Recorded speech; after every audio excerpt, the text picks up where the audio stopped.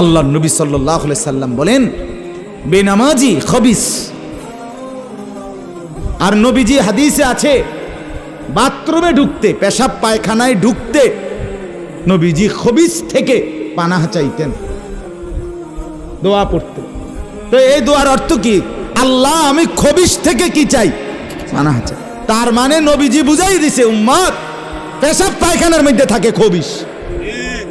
খবিসের ঠিকানা কোথায়? Bathroom, bathroom, toilet. আল্লাহুম্মা ইন্নী আউযু বিকা মিনাল খুবুসি ওয়াল খাবায়েস। আল্লাহ খবিস থেকে পানাহ চাই। বাথরুমে ঢুকতে বলেন, জন্য বেনামাজি খবিস।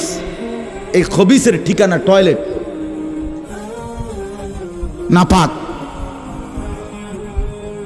এটা নাপাক, এটা অপবিত্র, অপদার্থ, এটা অকর্মণ্য, এটা